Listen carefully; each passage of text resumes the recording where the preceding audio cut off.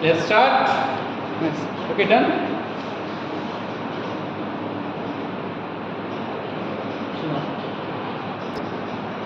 Hello, sir. Today we are studying about the forces. That is a Cambridge profile of the learning IGCSE. Here today we are discuss about the forces in the ICSE. Here the force is the most important part. Today we are discussing about the forces. First of all, applying to the forces. Force को हम apply करने से पहले हम पूरा basic term जान लेते हैं जो न्यूटन ने दिए थे। सबसे पहले क्या दिया था आपको, दिया था F equal to ma। Here m is mass and a is acceleration due to gravity. Acceleration due to gravity.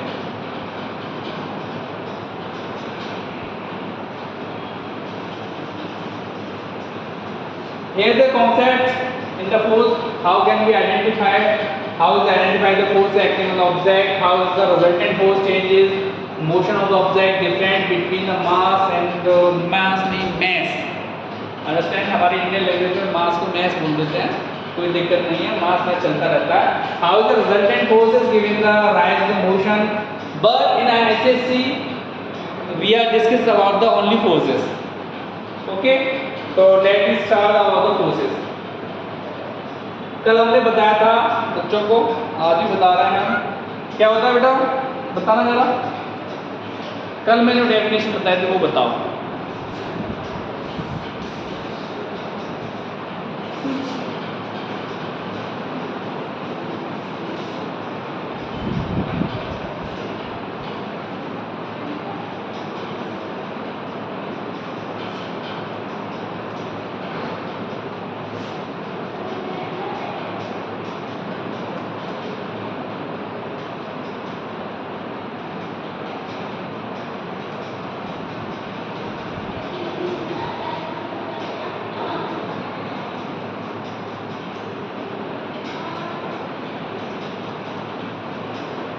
क्या आप इसे डिफाइन कर पाएंगे, क्या आपने जो लिखा है क्या लिखा है? सर जब हम किसी चीज़ का शेप बदलने के लिए या डायरेक्शन बदलने के लिए या फिर उसका पोजीशन चेंज करने के लिए अगर हम कोई पुश या फिर उसे अपनी तरफ खींच रहे हैं तो उसे हम फोर्स कहेंगे. उसे हम फोर्स बोलते हैं. जैसे force is a external event, एक बाह्य कारक है. क्या है? बाह्य एक्सटर्नल इवेंट है जिसके थ्रू हम या तो किसी ऑब्जेक्ट को पुश कर दें या पुश करने का ट्राई करें, या फिर पुल करें या फिर पुल करने का ट्राई करें.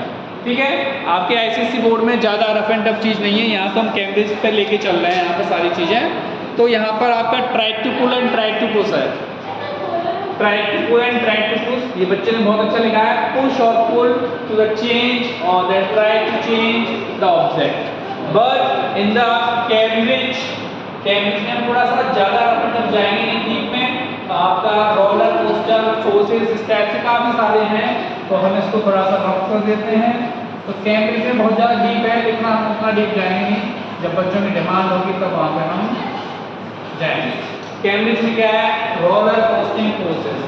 रोलर कोस्टिंग फोर्स के बारे में भी हम डिटेल से डिस्कस करेंगे, बट अभी हम यहाँ पर जा नहीं रहे.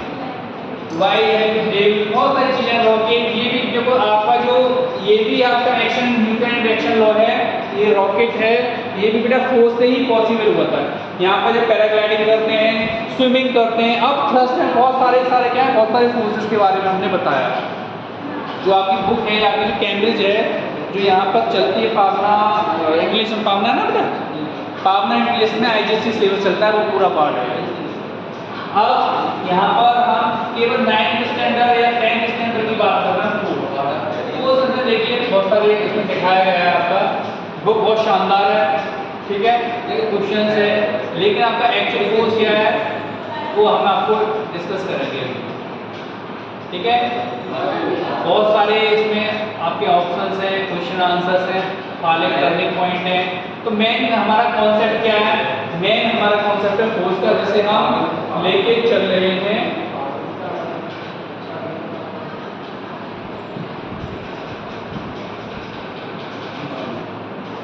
हमारा जो मेन कंसेप्ट है टास्क पे चलते हैं हम। टास्क में यही वाइट बोर्ड है। हाँ, तो हमने बहुत सारे बातें डिस्कस करी। सो मेन टॉपिक क्या है हमारा? मेन टॉपिक हमारा फोर्स। क्या आएगा? फोर्स। हम ज़्यादा डीप नहीं जाएंगे बिकॉज डीप तो बहुत समंदर बहुत गहरा है। ठीक है, तो एफ फोर्स को समझने के लिए आप सीधा सीधा फॉर्मूला समझिए, force equal to F equal to M A. F equal to M A, mass into acceleration into gravity. ये अगले जो मैंने बताया, ये है मैस। क्या है? मैस। जनरली लोग मास बोल देते हैं। It's not a correct pronunciation, it's a mass. That is a acceleration due to gravity. कब फोर्स पॉसिबल होगा बेटा? फोर्स कब? न्यूटन ने ये फॉर्मूला दिया, भाई साइंटिस्ट न्यूटन ने। वेदांत में बहुत सारे ट्रेसेस हैं, वेदांत में बहुत सारे ट्रेसेस हैं, बट उन्होंने यहाँ का वेदांत का स्टडी किया, साइंस हमारी इंडियन साइंस कल्चर लिया और F equal to M apply कर दिया। लेकिन यहाँ पर फोर्स कब लगेगा? फोर्स हम लगा रहे हैं तो मैस हो उसमें, या फिर एक्सेलरेशन ड्यू टू ग्रेविटी। जब तक एक्सेलरेशन ड्यू टू ग्रेविटी नहीं होगी तब तक फोर्स अप्लाई नहीं मानेंगे, फोर्स अप्लाई नहीं मानेंगे। अब क्या है? मास हो गया, मैस हो गया, एक्सेलरेशन ड्यू टू ग्रेविटी।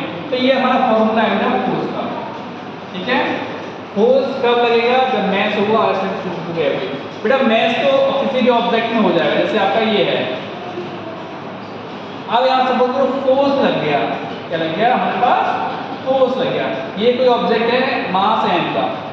ठीक है, एम केजी है, क्योंकि यूनिट ऑफ द मास। मैं फिर भी मास बोल रहा हूँ। क्या बोल रहा हूँ? मास, क्योंकि हमारे इंडियन में मास ही बोलते हैं भाई, हम तो इंडियन है। ये लेकिन मैस का यूनिट है आपका केजी। ठीक है, और acceleration due to gravity, acceleration due to gravity, इसका यूनिट है आपका क्या है बेटा? बताना। What? I am telling about the unit of the acceleration due to gravity. Acceleration mass per second square. Metre per second square. Sorry sir, meter per second square. Yes. ठीक है, तो यहाँ से हम देखेंगे।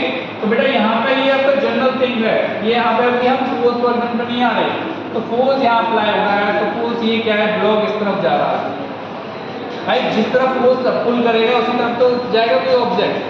लेकिन यहाँ क्या फ्रिक्शन भी लगेगा, इस डायरेक्शन फ्रिक्शन लगेगा, लेकिन वो अभी हम नहीं पढ़ाएंगे। स्टैटिक फ्रिक्शन होगा वो जब हम आगे आगे सिलेबस चलता जाएगा हम उसी तरह। यहाँ केवल फोर्स कॉन्सेप्ट है। तो बात करते हैं ऐसा यूनिट ऑफ फोर्स, ऐसा ही यूनिट ऑफ फोर्स।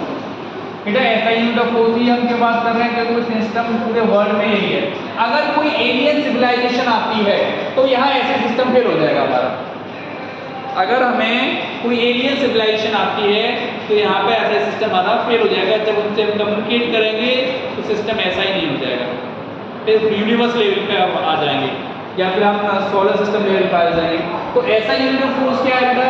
ऐसा यूनिट फोर्स है आपकी क्या बेटा? इंग्लिश में निकाल लेते हैं। फोर्स की हमें चाहिए ऐसा यूनिट। तो सबसे पहले बेटा मास की क्या है? मैस। मैस ऐसे मैस बोलेंगे, ध्यान रखना। हम मास बोलते कोई दिक्कत नहीं, सब समझ जाते हैं। बात है अंडरस्टैंडिंग की, कौन क्या समझता है। तो ठीक है, तो मैस की क्या है? Kilogram, KG. एक्सेलरेशन की क्या है बेटा? Metre per second. Metre per second square, metre per second square. तो हम इसे ऐसे भी लिख सकते हैं, किलोग्राम मीटर सेकंड -2 लिख सकते हैं कि नहीं बेटा? Yes. ठीक है, अब इसको ही हम और लिख सकते हैं, इसी को हम शॉर्ट फॉर्म लिखते हैं न्यूटन। इसी को शॉर्ट फॉर्म में क्या लिखेंगे? न्यूटन। इसीलिए फोर्स का यूनिट ऐसा यूनिट क्या होता है? न्यूटन। लेकिन ये भी ऐसा यूनिट है, ये भी ऐसा यूनिट है, ये भी ऐसा है, तीनों ऐसा यूनिट है और सभी का अपना अपना पार्ट है। अंडरस्टैंड? ठीक है, अब क्या करते हैं यहाँ, ऐसा यूनिट आ गई हमारी। अब हमारी टाइप्स ऑफ फोर्सेस हैं। अभी तक हमने बात करी ऐसा यूनिट की, ठीक है। अब इसकी और सारी यूनिट हैं, लेकिन हमारे जो ICSE में है वो अभी ऐसा यूनिट के बारे में नहीं बताया गया है, केवल टाइप्स ऑफ फोर्सेस बताए गए। तो ये मैंने थोड़ा सा आगे बता दिया है, क्यों बता दिया है, क्योंकि इसकी नीड है, ठीक है। अब आपकी भी तो जब ऐसा यूनिट की बात कर ही ली है हमने, तो ये फ्रेम में आ रहा है बेटा, यस सर। ठीक है। हम और भी यूनिट बात कर लेते हैं। तो बेटा ऐसा यूनिट क्या होगी आपकी, ऐसा यूनिट देखिए। ऐसा यूनिट क्या है, सीधे सीधे आप न्यूटन बोलेंगे। अब बेटा CGS यूनिट भी होती है। CGS यूनिट भी होती है। CGS यूनिट क्या है बेटा, आपको बताएगा, ठीक है। बच्चों अभी हमारे स्टार्ट कर रहे हैं, बच्चे बहुत सारे बच्चे बैठे हुए हैं, लेकिन क्या करें, उनको नहीं पता है। बेटा हम निकालते हैं CGS यूनिट भी। यस निकालते कैसे बेटा, निकालेंगे हम CGS यूनिट। तो दो फोर्स इक्वल टू क्या है, सीधा सीधा हमारे पास F इक्वल टू m है, ठीक है। अब जो मैथ होता है CGS यूनिट में क्या लगाएंगे, इसको ग्राम लेंगे, ग्राम, यस सर, ठीक है। और ऐसे इसको सेंटीमीटर पर स्क्वायर, सेंटीमीटर पर सेकंड स्क्वायर। हम इसको ऐसे भी लिख सकते हैं, ग्राम सेंटीमीटर सेकंड -2। Yes. अब ये जो फॉर्म आई है इसको बोलते हैं बेटा क्या, इसे डाइन, डाइन बोलते हैं। क्या बोलते हैं, डाइन।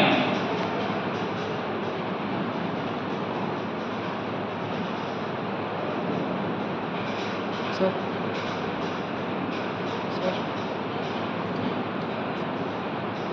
थोड़ा सा इधर होकर लिखो। इसको क्या बोलेंगे बेटा, डाइन बोलेंगे, ठीक है। तो ये आपकी जो आपकी यूनिट आ गई, जो किसकी आ गई बेटा, फोर्स की CGS यूनिट। ऐसी बेटा FPS यूनिट भी है, पॉइंट वगैरह, ठीक है। हम ज़्यादा डीप नहीं जाएंगे, केवल CGS और आपका SI सिस्टम पे ही हम डिपेंड करें। फिर SI सिस्टम भी कुछ और नहीं है, ये MKS सिस्टम का ही सुधरा हुआ रूप है। हमारा जो सिस्टम है MKS, जो आपने 9th क्लास में पढ़ा था, ये जो सिस्टम है तो कहीं और से नहीं आया, MKS से ही है।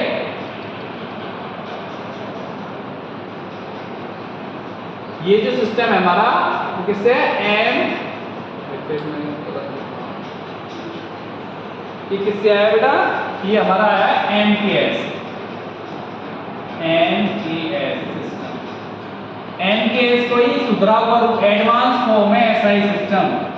MKS में थोड़ा सा जो हमारी 7 है उसको मिला के हमने कर दिया है, थोड़ा सा साइंटिस्टों ने ऐसा यूनिट बना दिया इसको, ठीक है। तो हम आज के लिए आप ये समझेंगे, फोर्स आपका कंप्लीट हो गया, फोर्स का पूरा कॉन्सेप्ट आपका समझ में आ गया। बेटा कोई ऐसा डाउट तो नहीं है बेटा आपको? हाँ बेटा, एक हमारा साथ है, बहुत अच्छा बच्चा है, तो उससे हम पूछना चाहेंगे बेटा, ऐसा कोई टॉपिक तो नहीं जो आपको समझ में नहीं आया हो? एकदम क्लियर हो गया, साफ हो गया। अभी हम इसमें रिलेशन और फाइंड करेंगे। हम भाई CGS में या SI सिस्टम में रिलेशन फाइंड करेंगे, तो हम नेक्स्ट पेज पे चलते हैं, या फिर इसे छोटा करते हैं, बताओ सर। नेक्स्ट पेज पे चलते हैं। तो नेक्स्ट पेज यहाँ पे आएगा, यहाँ पे नेक्स्ट पेज।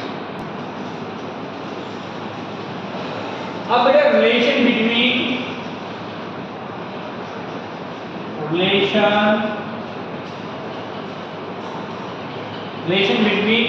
हमारा दोस्त न्यूटन एंड डाइन।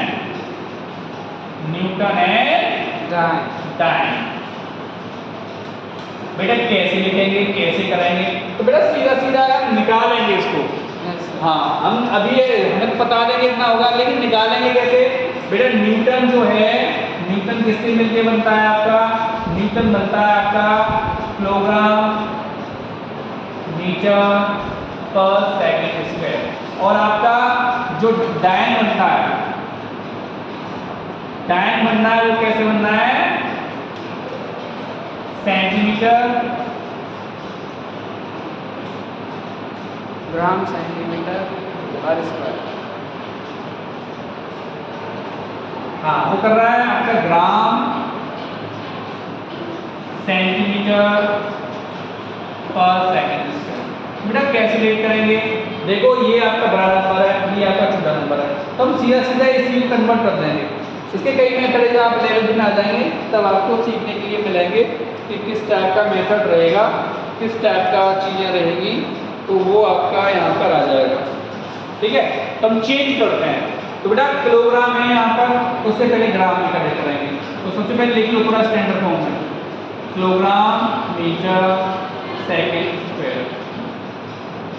ठीक है, अब इसको भी चेंज करना है, सीधा सीधा किसमें करना है, ग्राम में। तो भाई 1 kg में ग्राम कितने होते हैं आपको पता है बेटा? 1000 ग्राम होते हैं, 1000 ग्राम। 1 मीटर में सेंटीमीटर कितने होते हैं बेटा? 100, ये सभी जानते हैं, 100 सेंटीमीटर। 100 सेंटीमीटर। सेंटीमीटर मल्टीप्लाई अब सेकंड स्क्वायर है बेटा, सेकंड स्क्वायर, वहां भी सेकंड स्क्वायर है, यहाँ भी सेकंड स्क्वायर, कोई दिक्कत वाली बात नहीं है। ठीक है, ये क्या है, ये न्यूटन है। क्या है ये? न्यूटन है, 1 न्यूटन है। ठीक है, यहाँ पर 1 लगा दो। सर यहाँ पे मल्टीप्लाई का साइन आएगा कहाँ पर? ग्राम के बाद। ग्राम के बाद मल्टीप्लाई साइन लगा भी सकते, नहीं लगा सकते, कोई दिक्कत नहीं है, तो लगा दो। ओके सर, ठीक है, लगा दो, अच्छी बात, धन्यवाद। ठीक है। अच्छा, ये पूरा सिस्टम जो है यहाँ पर आपका जो आ रहा है वो क्या है?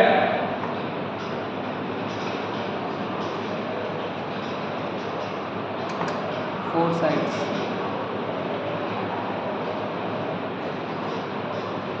ठीक है, ये जो आ रहा है आपका 1 न्यूटन आ रहा है। ठीक है, अब 1 न्यूटन को हम कन्वर्ट कर रहे हैं। ये यहाँ पे मैंने इम्प्लाइज दैट का साइन लगाया, लेकिन अब यहाँ पे इक्वल लगाऊंगा। ठीक है, यहाँ पे आपका 1000 है, 1000 10 पावर 3 कर सकते, नहीं कर सकते? Yes sir. 10 पावर 2 ले लो, 10 पावर 2 ले लिया। यहाँ पे क्या बच गया? ग्राम।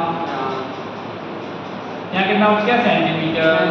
और यहाँ पे क्या बच गया? Second square. अब बेटा एक यहाँ पर थोड़ी सी हमें अच्छी बात लगी। क्या लगी बात हमें अच्छी? ये जो पूरा सिस्टम है यहाँ पे, ये वाला और ये वाला जो है, ये क्या है बेटा? यही तो है टाइम। यस सर बेटा। ठीक है, तो 1 न्यूटन इक्वल टू कितना हो गया? 10 पावर 5 कैसे हो गया? सर क्योंकि मल्टीप्लाई में पावर्स ऐड हो जाती हैं। और कैसे ऐड होती हैं, क्या होती है, उसके लिए हमें कमेंट करें, हम आपको पूरा वीडियो बना के देंगे। ठीक है, 10 पावर 5, ये पूरा सिस्टम क्या है, यहाँ रिप्लेस हो गया, यहाँ हो गया आपका टाइम।